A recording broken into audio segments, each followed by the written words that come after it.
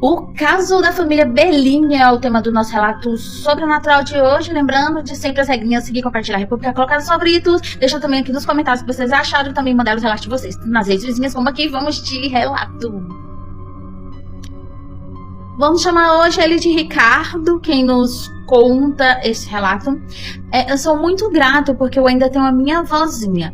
E vou contar o relato que ela sempre falava pra gente desde criança, que foi o que aconteceu no interior, onde ela morava na adolescência e aonde que todo mundo conta e aconteceu essa história várias e várias vezes. O caso da família Bellini, lembrando que tudo fictício, né? Até porque é relatos que foram passados de gerações. No interior do sul de Minas Gerais, nos anos de 1970, havia uma família conhecida por sua tradição italiana, os Bellini. Eram respeitados trabalhadores, donos de uma pequena fazenda de milho e criadores de polenta, mais famosos da região na época. Diziam que a receita vinha da bisavó vinda da Calábria e que o segredo estava em um tipo de farinha especial moída à mão e cozida em caldeirão de ferro. Mas o que poucos sabiam é que essa receita ela tinha um preço. Tudo começou numa noite de festa e a família Bellini organizou um jantar para celebrar o noivado da filha mais velha, Antonella, no interior.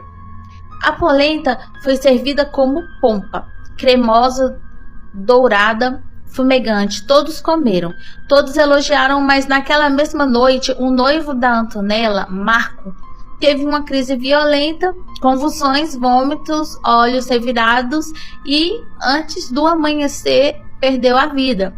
O laudo médico da época foi inconclusivo, mas a avó de Marco, uma senhora mística, jurou que ele havia sido enfeitiçado. Essa polenta carrega sangue, ela disse, e é maledite.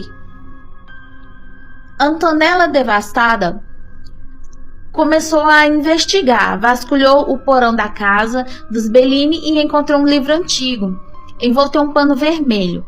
Era um grimório. Nele, a receita da polenta estava escrita em latim, acompanhada de símbolos estranhos e uma anotação que ela não conseguia entender. A polenta, segundo o livro, era usada em rituais de proteção contra espíritos, mas se servida em festas, ela se tornava um canal de maldição. A energia da alegria confundia os espíritos e eles vinham cobrar. Antonella confrontou a mãe, que confessou. Foi sua avó quem começou. Ela dizia que a polenta protegia a casa, mas eu quis mostrar que nossa tradição era bonita. Eu servi na festa, eu não sabia. Nos meses seguintes, outros membros da família começaram a partir. Um tio caiu do telhado sem explicação. Uma prima foi encontrada afogada na banheira, mesmo sem água suficiente para isso. O irmão desapareceu na mata e só encontraram suas botas limpas no meio da trilha. A cidade inteira começou a falar. É a polenta, diziam, é a maledite dos Bellini. Antonella tentou queimar o livro, mas ele não pegava fogo. Enterrou o caldeirão, mas ele reaparecia na cozinha. Até que numa noite de lua cheia, ela decidiu fazer uma polenta, uma última vez, sozinha, sem festa, sem convidados. Ela cozinhou chorando, rezou e comeu. Na manhã seguinte foi encontrada, viva, mas muda. Nunca mais falou. E vivia até o tempo que os conheciam numa casa simples, olhando pela janela, com os olhos fixos no horizonte. Diziam que ela via espíritos, que eles vêm toda vez que alguém tenta repetir a receita.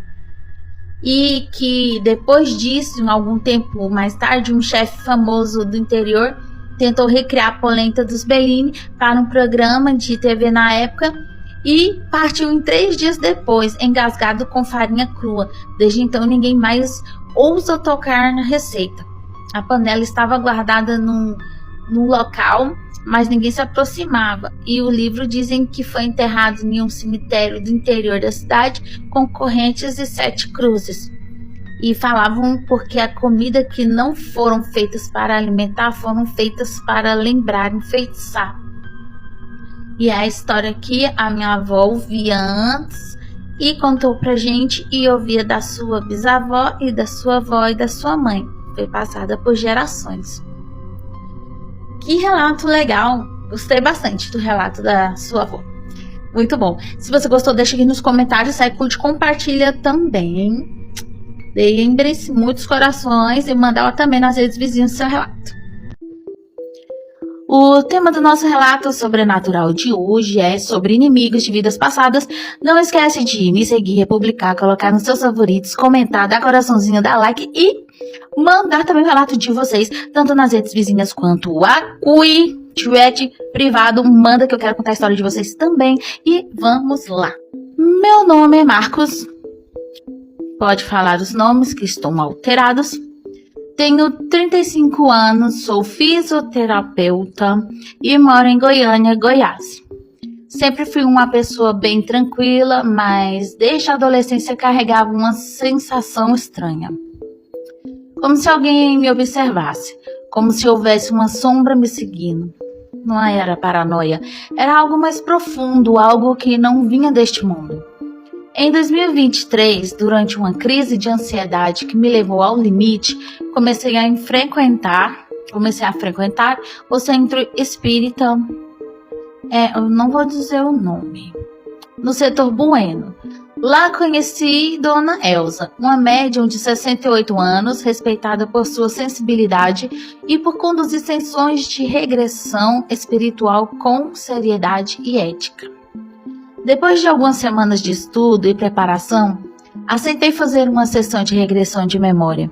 A ideia era entender a origem de certos bloqueios emocionais que me acompanhavam há anos. Medo de lugares escuros, insônia e uma aversão inexplicável a homens com sotaque do sul. Do sul. Na sala de passes, com luz baixa e som suave de mantras, entrei em estado de relaxamento profundo. Dona Elza conduziu a sessão com firmeza e carinho, e então veio a lembrança. Eu estava em São Leopoldo, Rio Grande do Sul, por volta de 1870. Meu nome era Tomás, um comerciante de tecidos. Tinha uma vida simples, mas cheia de conflitos. O principal deles era com um homem chamado Otávio Müller, um militar local autoritário e cruel. Ele me perseguia por motivos políticos e pessoais. A tensão entre nós cresceu até culminar em um encontro violento. Fui morto por ele, a facadas, em uma viela atrás da igreja matriz. Meu gato, ignorem ele, está miando aqui agora.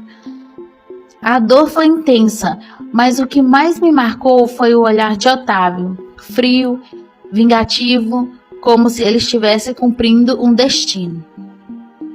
Ao sair da regressão, ainda abalado, perguntei a Dona Elza se era possível que Otávio tivesse reencarnado, e ela disse que sim, e que muitas vezes espíritos ligados por ódio voltam juntos para resolver ou repetir seus conflitos.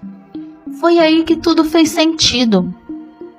Um colega de trabalho, Rodrigo, gerente do setor administrativo da clínica onde trabalho, sempre teve uma implicância comigo, desde o primeiro dia. Me tratava com desprezo, fazia piadas veladas e criava situações para me desestabilizar.